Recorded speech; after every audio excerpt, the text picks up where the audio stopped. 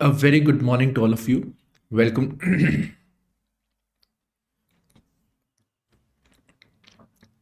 A very good morning to all of you. Welcome to today's news analysis. We are doing the Indian Express papers Chandigarh edition. Today's news analysis is fairly long. Uh, so first of all, we have these news topics over here. Okay. Besides this editorial and opinion section, almost all the articles I had to cover. You can see the topics, they are fairly diverse, right? And all of them seems important. Okay, so this one. Then coming to the explained section, uh, there is one on dollarization of Argentine economy. We'll do this. It will give us a greater understanding about monetary policy as a whole as well. Okay, some interesting concepts over here. Okay, now before starting, I would like to tell you we have a Telegram channel with the name IS Primers. The link is in the description box. You can join us to get updates. Sometimes with news analysis, I share extra articles. And besides, for MCQ practice also, I'm sharing questions. Okay, so first news now. So tunnel evacuation is successful, right? 41 people came out of it. Now, when the evacuation happened, now after this, the main concern is about the mental health of the people who were trapped. So they are being checked for post-traumatic stress disorder.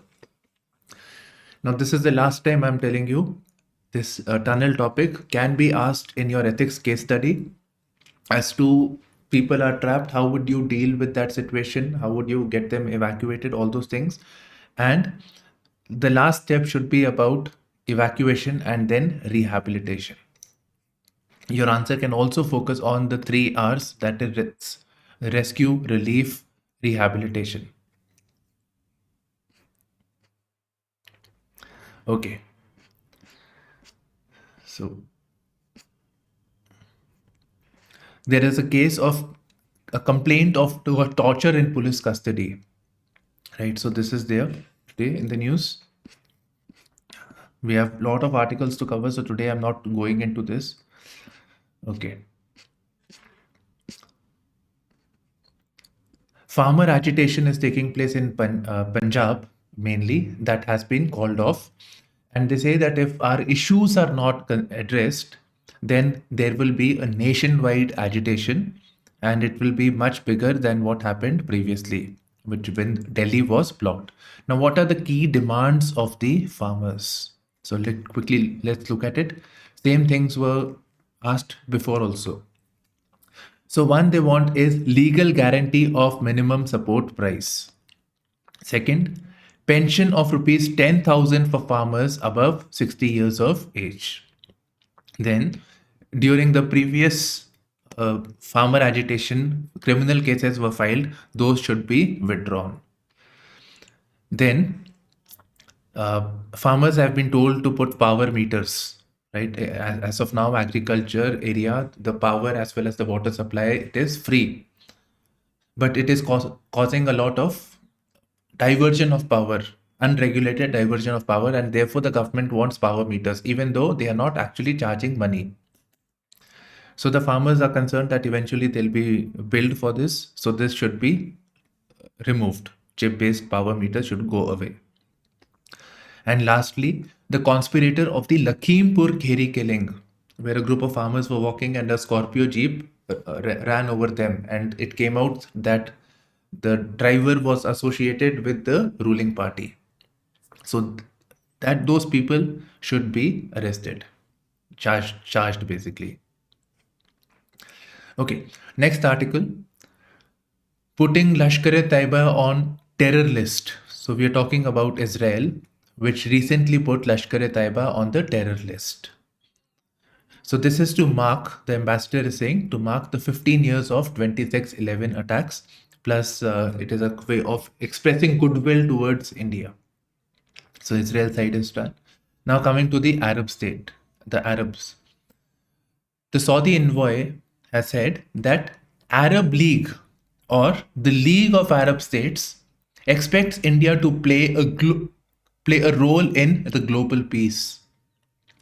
And this statement is basically coming in context of the Palestinian issue, and they want India support. Right. So Israel wants India support. Previously they didn't do it. Now only they are doing it. And Palestine also wants, the Arabs also want support on this issue. Okay. So we have the League of Arab States. Now, what is this League of Arab States? Which all countries are part of it? We must know. Where is the headquarter? We must know.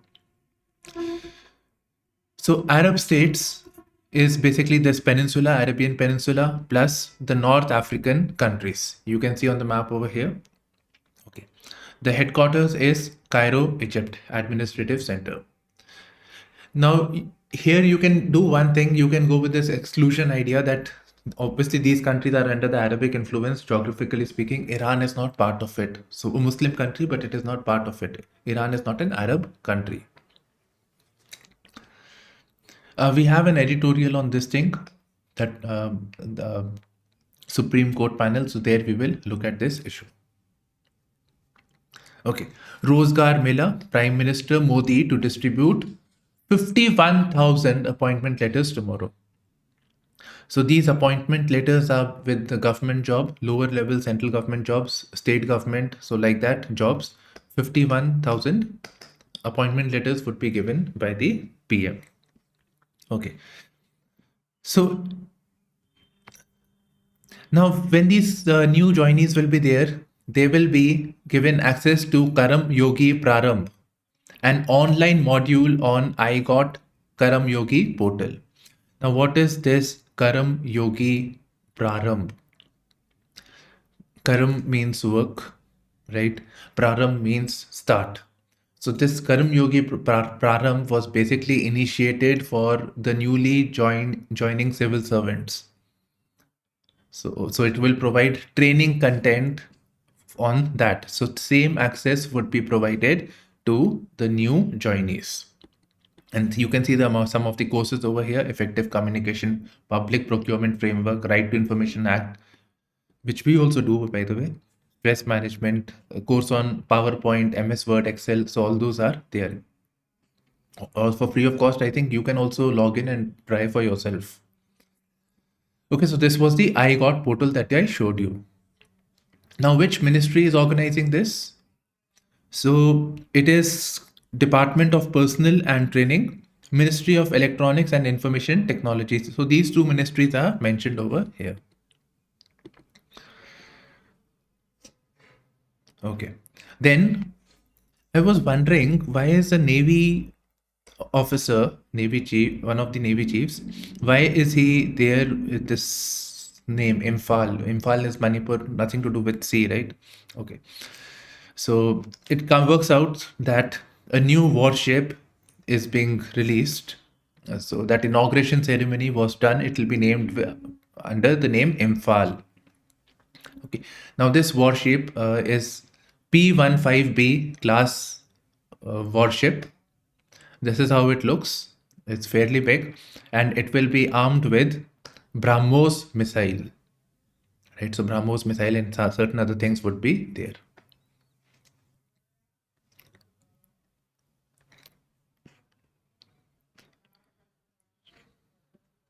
So P-15B class, and there are other ships also. So new ship under this class has come up.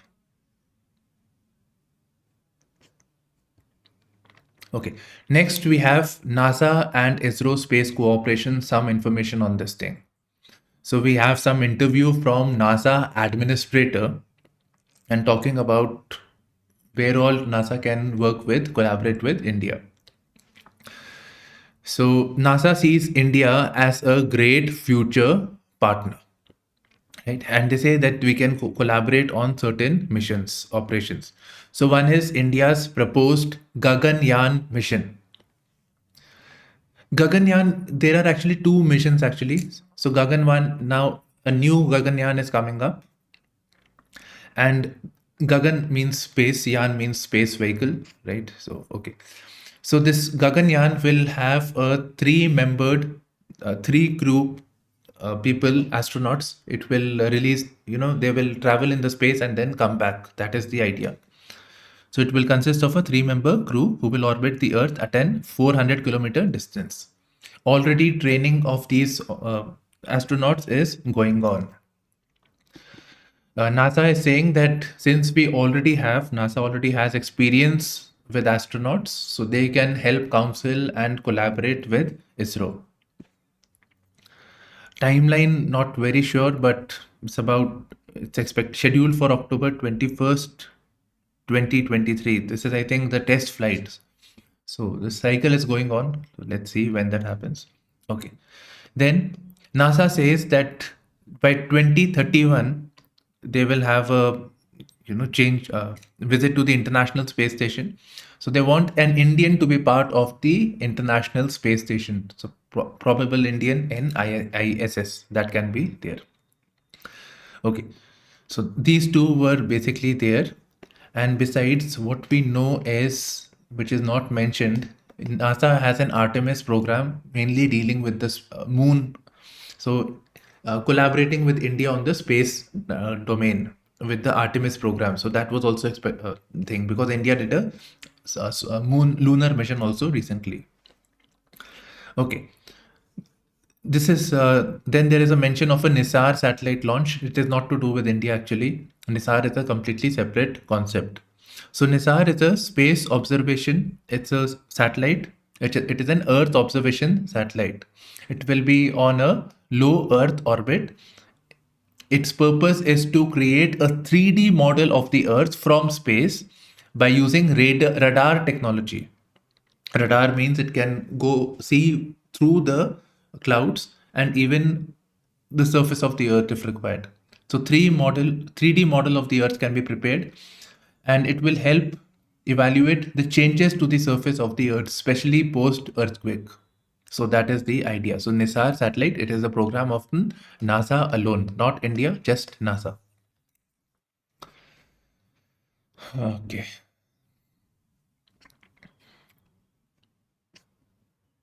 Now coming to the editorial and opinion page. I've summarized it all, so it should not take much time. So first article is about combating fraud. We're talking about cyber frauds taking place, especially with the banking sector. So this article is focusing on the UPI. Okay. Now, when it comes to the UPI is one of the most favored means of transactions today, right? According to government data, 11.4 billion transactions are taking place worth 17.15 lakh crore. This is monthly data. This is for the previous month, October month. So huge number of people, huge number of transactions are taking place via UPI. And now UPI is emerging as a means to defraud people and take money illegitimately. People are creating fake identities. They're using the techniques of phishing, malware, fake ID cards, SIM cloning to cheat individuals. Right. So that is taking place.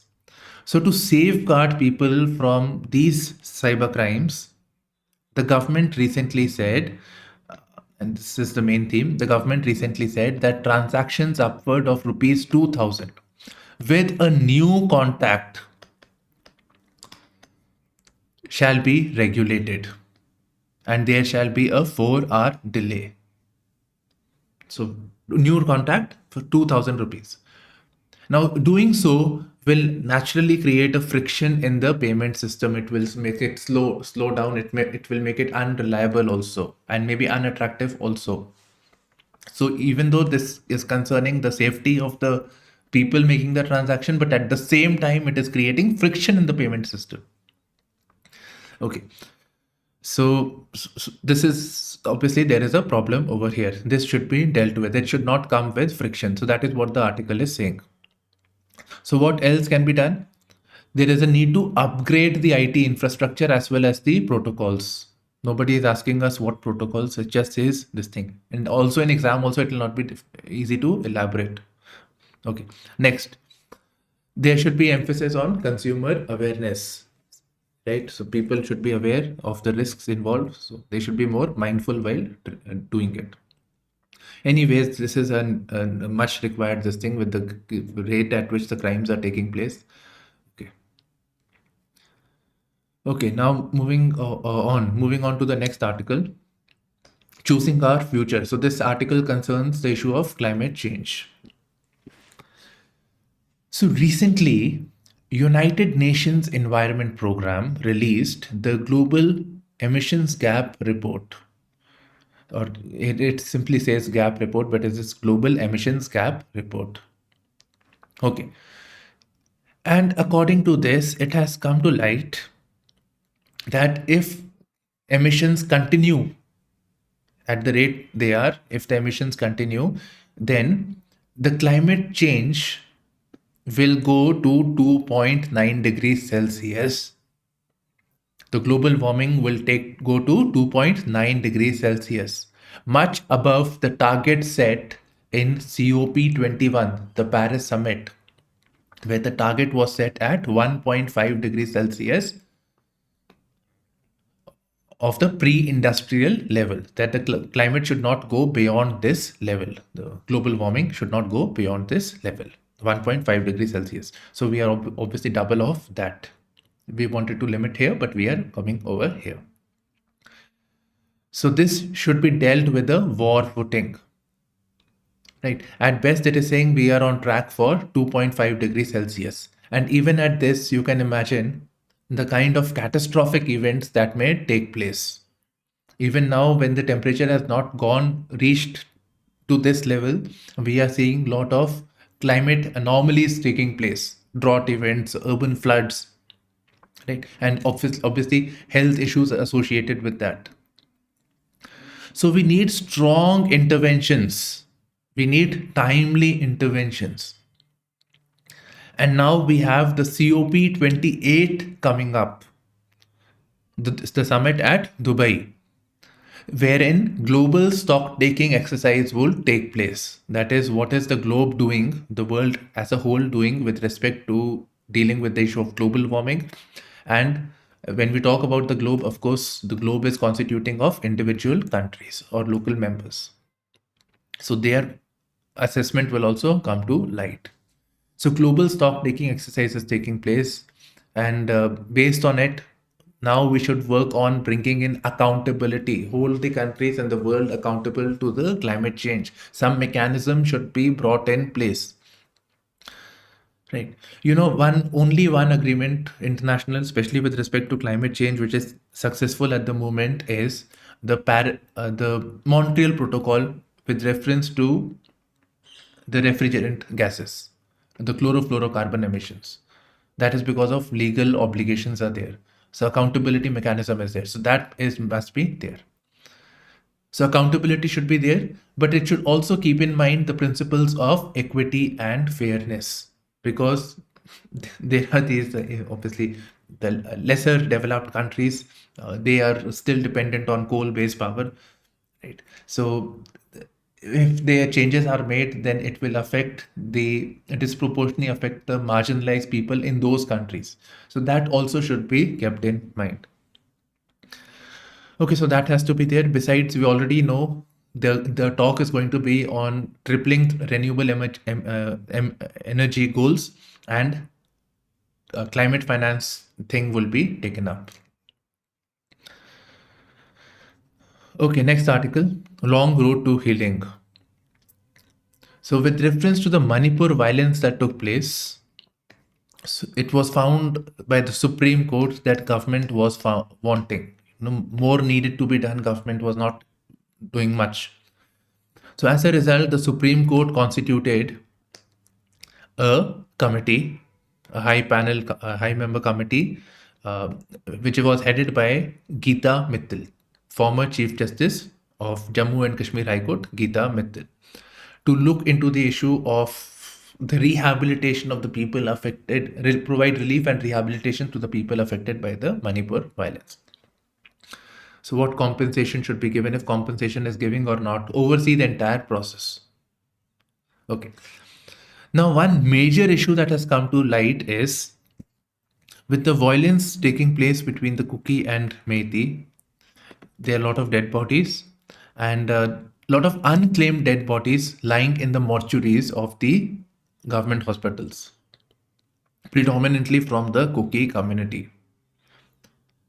Right. Okay. Now, these bodies that are lying at the mortuary, these are not being claimed. People want to claim it, the relatives want to claim it, but the civil society organizations are not allowing it. They are putting pressure against claiming those bodies because they want government to do more on this. So thereby, of course, people are not affected, people are not able to commit the last rites, etc. Okay. So let me write the spelling also, rights. Okay. So it wants the Supreme Court should intervene, the highest court should intervene on this issue. Plus, it highlights the issue of trust deficit between the different groups and the government. So this is what the article basically talks about. Next article is about death of a 16-year-old boy, Pranshu, who was a queer child. So he committed suicide because of the bullying that is taking place. Okay, calling them names like Hijra, Bella, whatever these terms are being used. Okay, so so what I was thinking was, one is the bullying with the children, as with the queer child is facing, which needs to be looked at with sensitivity, and one when you can always talk about bullying in general that takes place in the school. Okay, so 16-year-old boy succumbs to bullying. So when we see this bullying comes with so bullying takes place in school, plus there is also violence which may be physical as well as sexual in nature. Now, as per the UNESCO finding, with UNESCO New Delhi's finding to 2019 report, it has come to light that physical bullying affects 60% of high school students, 50% in higher secondary school. And sexual violence of sexual nature was as high as 43%. I think something we all must have encountered in our school life, right? So that is fairly prevalent over there. Now imagine if you are from a marginalized or a vulnerable section, the bullying is going to be much more severe, as happened with the case of Pranshu. So now what we should be looking at is that this is the issue and this needs to be addressed, right? And this is a social issue, so GS1 society. Okay. So we have significant this thing that is taking place. Now school doesn't prioritize this issue, the issue of bullying, especially with respect to the homophobic bullying that is taking place. I haven't seen it. We were also in school. All these things continues to take place and basically not doing anything. Okay. So in fact, he wrote a letter to the school and they said that we have so much to do with. So this is LGBTQ training is, how can we focus on the LGBTQ training when already we are overburdened with such issues, basic issues? Okay. So school is also insensitive to this thing. Now, what measures can be done? What can be the way forward? So the way forward should be that the government comes up with a standard operating procedure as to how to deal with the bullying issue, starting from the teacher training to the higher levels to the students. So SOPs should be there. Now capacity building of teachers should be taking place to deal with this issue. Plus, there is a National Commission for Protection of Child Rights. They should be proactive in dealing with such situations. In fact, they have been doing quite the opposite on this regard. Not to be written, but that is what the author is claiming. Okay, very interesting development with reference to the mental health. So in Africa and in fact in Australia also, people go to the hair salons, they keep sitting over there when the barber is doing the work over there. So that time they start talking. So hairdressers in Africa are being trained to provide at-risk people with a sympathetic ear and shoulder to cry on. They are being seen as mental health ambassadors. They are to be trained in non-verbal signs of distress, right? So that if they figure out that yes, there is a problem with mental health, so talk to them, which can help with the counseling support. Now in India's case, again, something like this may be replicated where the mental health issue is on the rise.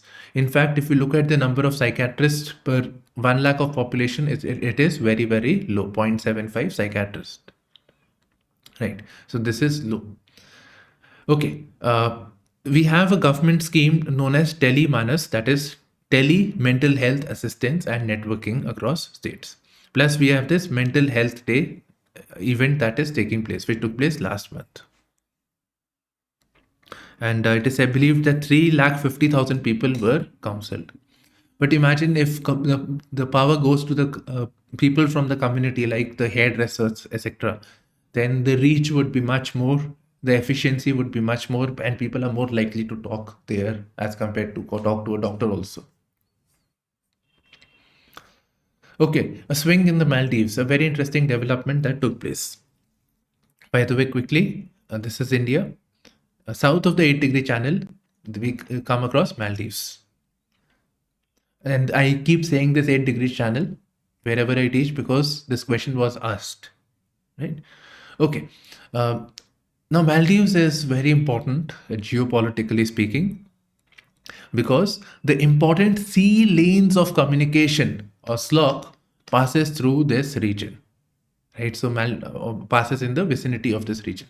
And besides, the exclusive economic zone of this region is also important. And thereby it is not just important for India, it is important for China, it is important for US, UK, you name it.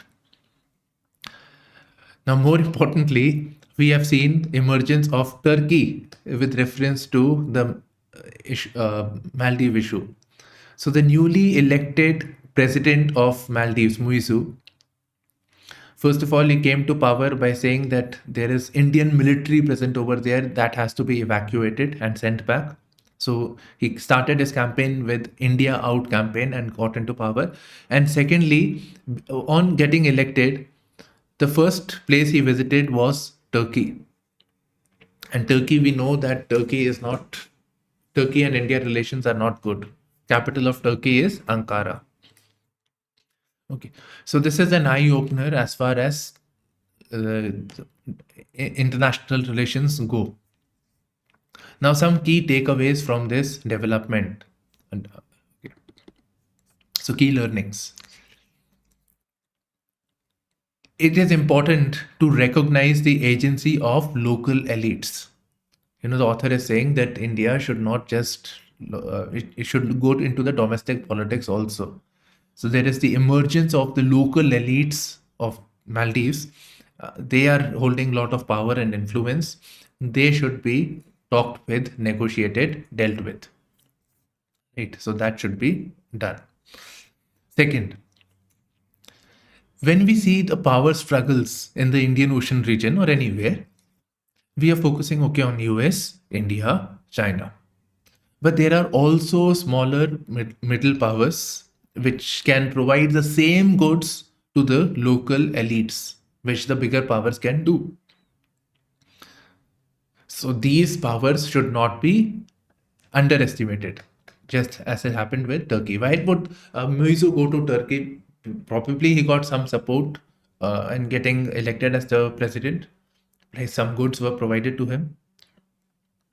So role of the middle powers are emerging. In fact, even with Sri Lanka, we are seeing greater Turkey's greater presence over there. Okay, next, Turkey is emerging. With under Erdogan, the president, Turkey's geopolitical assertiveness is on the rise, and India should be mindful of a new player emerging in this region. And with the emergence of Turkey, the political arrangement is getting complicated because there was already China to be dealt with. Now we're talking about Turkey, which is again not friendly with India, and Turkey is more friendly with Pakistan. Okay, so these are the three takeaways that we see. Now, what should India do? What should be India's approach over here? So Delhi must necessarily remain patient and engaging with a critical neighbor. Maldives, India Out campaign, that is how they came to power. Muizu came to power. Okay. India must rely on its geographical proximity to Maldives when dealing with Maldives. Right, it's close to the India is the closest neighbor. Okay. Indians need to engage with the domestic politics of the Maldives.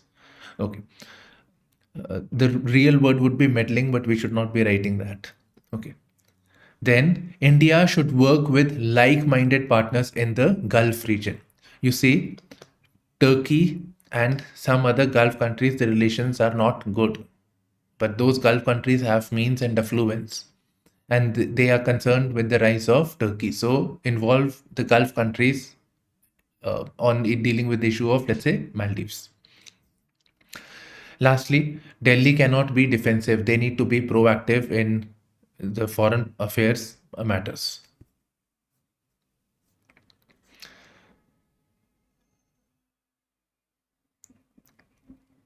This cyber security issue, basically we need to do more. So one, he's talking about cyber security in the terms of detecting uh, threats to the national security. So that is one thing. For example, he gives reference to the 27/11 attack, wherein a committee was formed known as Ram Pradhan Committee, and they said that uh, there were visible cyber traces that there was a planning and plotting taking place on Google Maps. The planning was done. So that was already there. If we had the resources, then we could have detected, preempted the strike, the terror attack that took place. So that is one thing. Then we have large number of people now who are using on the cyber infrastructure. So they are now obviously vulnerable, so they need to be protected with. Then whenever we talk about cyber security, we should look at the cyber security policy, right? So those things are there. Then more awareness has to be created. Next, an agenda for the CJI. Okay, so fine. So some of the issues with the judicial system are mentioned over here. So one is high judicial pendency, high number of cases that are pending. So according to the National Judicial Data Grid, there are 4.43 crore cases pending, right, in various Supreme Court and the High Courts, and they're pending from a very, very long period of time. So 5 to 10 year period, 10 to 20 year period is 5 lakh cases, 20 to 30 years pending. Then over 30-year cases pending the 93,770 crores.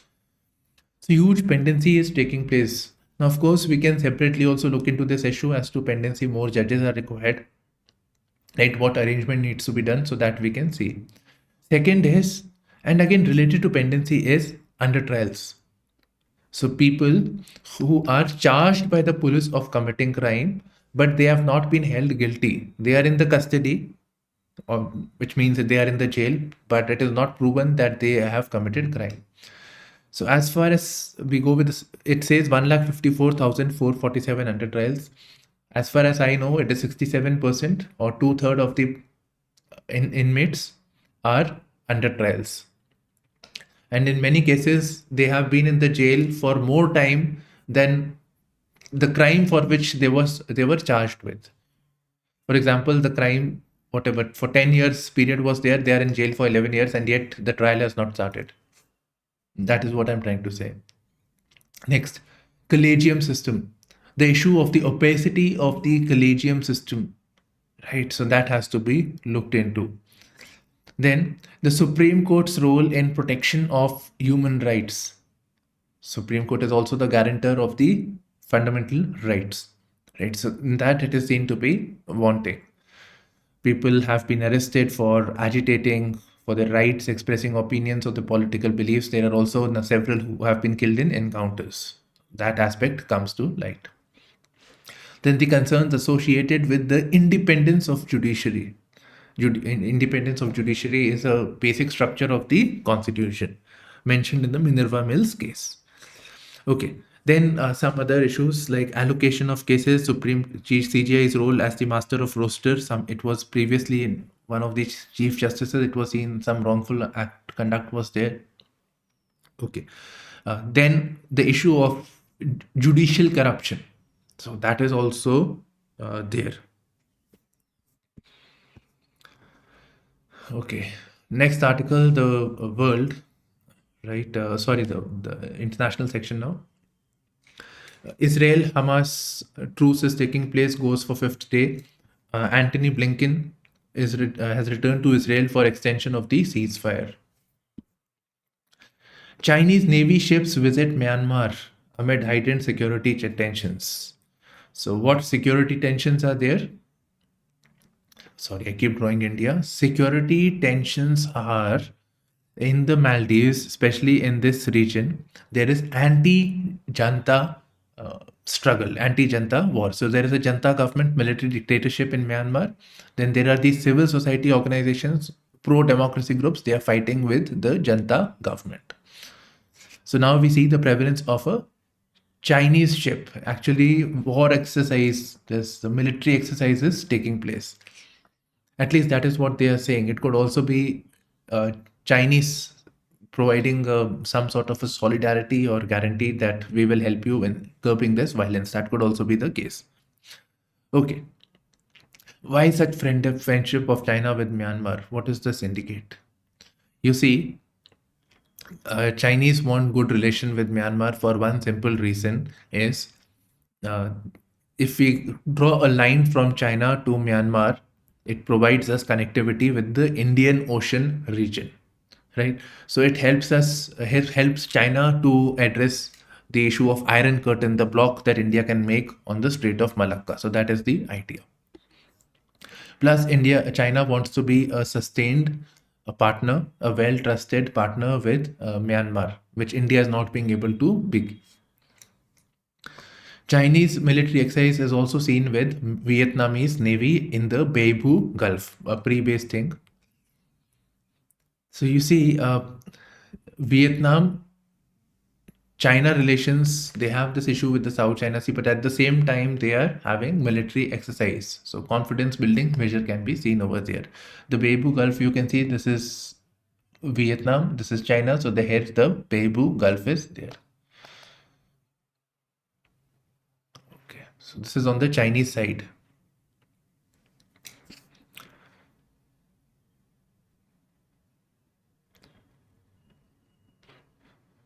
Okay, moving on, economy section. Oil rate has fallen down to 81.17. In last week, it has fallen from to $2, 83 point some dollars to $81 almost. USD rate is same. Okay. Now moving on to the economy section. Yesterday, we heard that Finance Ministry would be having a meeting with several stakeholders to deal with the issue of cyber crimes. So it mentions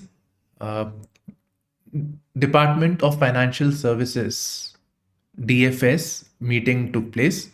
DFS is headed by the secretary, not finance minister. It is headed by the secretary. So it held meeting with banks, RBI, I4C. I4C is under Ministry of Home Affairs, and it is to do with cyber crimes. Okay, I4C and payment aggregators, Google Pay, etc. So the key outcome were appointment of nodal officers to tackle cybersecurity issues. For example, in banks, etc., nodal officer when something like this happens. Then closure of mule and inert bank accounts. What is a mule account? A mule account is used to describe victims who are duped by fraudsters. It's basically simple. Money is put into somebody's account, small amount, and then it is taken out from there. So mule is like a transporter. It's like a horse. It's used for carrying one person, then other person, like that. So mule account, which are accounts which are used to transfer money from one place to another. Inert bank accounts are dormant accounts, unused accounts, and probably where there is no money also. So many such accounts are there, and normally inert bank accounts are used as mule accounts. Okay, so closure of these accounts, reviewing and closing these accounts, and more information sharing between government agencies. These are the key takeaways. Then same thing is mentioned throughout this article. Next we come to China, we have heard pneumonia-like symptoms are taking place, so there is a respiratory illness. Now, this illness has sparks demand concern among exporters. Basically, uh, in let's say world exporters who are putting, trading with China, so they are concerned. Likewise, supply from China may also get disrupted because of this incident. Okay. So as far as India is concerned, active pharmaceutical ingredients, 81% of the salts that are required to make medicines like paracetamol, etc., is coming from China. So that supply may get affected, and this is seen as a national security risk actually. Okay. Then electronics, integrated circuits, crucial for India's fast-growing electronic and pharmaceutical manufacturing industry. So their supplies may get disrupted. Good exports have seen a steep decline. So this is there. And besides, as far as India is concerned, trade with US, Europe has also come down because of demand being lower in these nations. So that is again a matter of concern. So with China also it will come down, and with them also it is already down. By the way, China is India's fourth largest export market. Next, FPI investment in debt market hits 2-year high in November. Debt, what is this debt market? So FDs, bond markets, etc., they are putting because India offers the higher interest rates, higher yields. That also means more money will eventually move outside of India. And it also means more foreign exchange coming into the country, but again, we have to pay that back also. Next article, who's Milei? Milei is the new president-elect of Argentina, and he's proposing that Argentinian peso, their local currency, be replaced with dollar. Fine. Why is he saying that their currency should be replaced with dollar? Imagine Indian Prime Minister tomorrow says that there will not be no rupee, but we will be only working with dollars. So something like that. Why? Because peso currency, Argentinian peso, is seeing devaluation because of very high inflation over there. The currency is getting devalued. So people are actually losing out of their wealth because of this.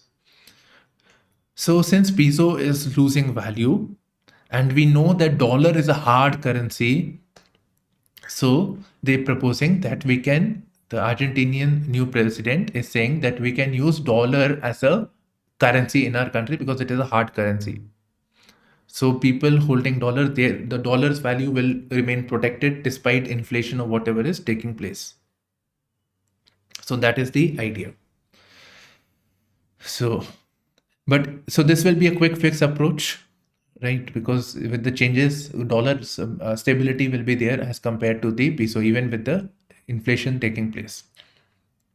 Okay, but by doing so, Argentinian government will lose control over monetary policy. How much money should be increased, decreased, all that control would go away with that printing money and all those things. And to do so, government should have money. Government should have money, government should have dollars to dollarization. But at the moment, what we know is that Argentina needs at least $40 billion to make the shift. And at the moment, they have to pay back IMF $44 billion. They are already reeling under debt. So again, that is a matter of concern. So that's one of the issues.